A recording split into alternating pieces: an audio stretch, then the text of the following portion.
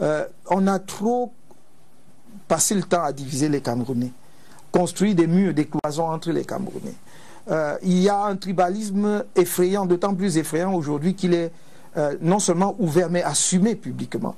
Et il me semble qu'on ne peut pas aller dans cette direction plus longtemps. Que notre pays a besoin d'être mobilisé et soudé pour relever le défi. L'a relevé lors de son discours récemment. Mais je me réjouis qu'il puisse nous rejoindre sur ce terrain-là, parce que nous attendions depuis longtemps qu'il, lui, en tant que chef de l'État, garant de la Constitution et des institutions de la République, donne un ton ferme sur cette question, sur ce qu'il ne faut plus dire au Cameroun, sur ce, je veux dire, en termes de division. Vous pensez pas qu'il a une responsabilité aussi dans tout ce qui se passe dans ce domaine?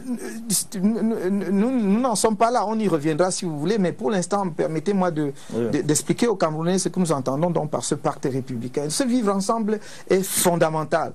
Au lieu de passer le temps à opposer les Camerounais entre eux, il faut qu'on les prépare à relever le défi auquel notre pays est confronté et sera encore plus confronté demain, qui est le défi de la mondialisation.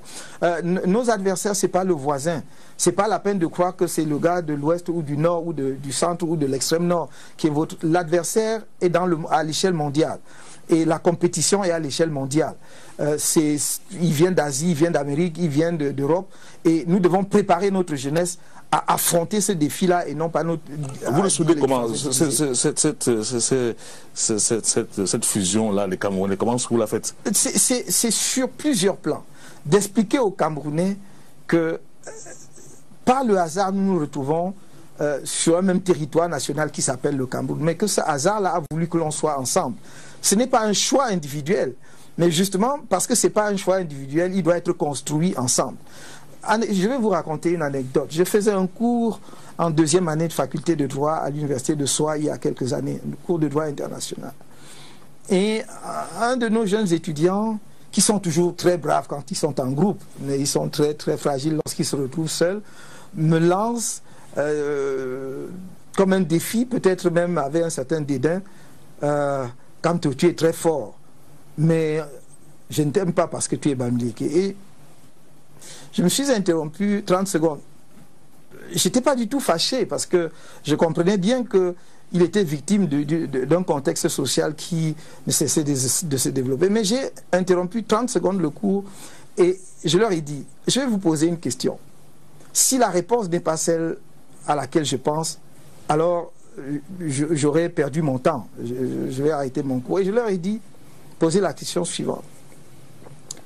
Qui d'entre vous a choisi de naître là où il est né? Qui? Nous venons tous de quelque part. Et je suis fier de venir de là d'où je viens. Mais je n'ai aucun mérite d'être né là-bas. Ça doit donc ni être un motif de complexe de supériorité, ni un motif de complexe d'infériorité ou de mépris encore moins pour les autres. C'est un de mes bons amis qui me citait un proverbe bafia que j'ai traduit de la façon suivante.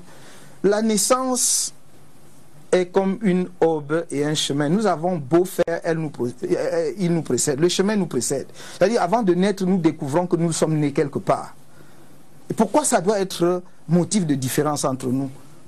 Et voilà donc mon action politique, M. Ngongan. S'il y a une des choses qui me mettent debout en politique, c'est celle-là. C'est que je suis incapable, même en faisant des efforts, croyez-moi, je suis incapable de juger quelqu'un par sa tribu uniquement.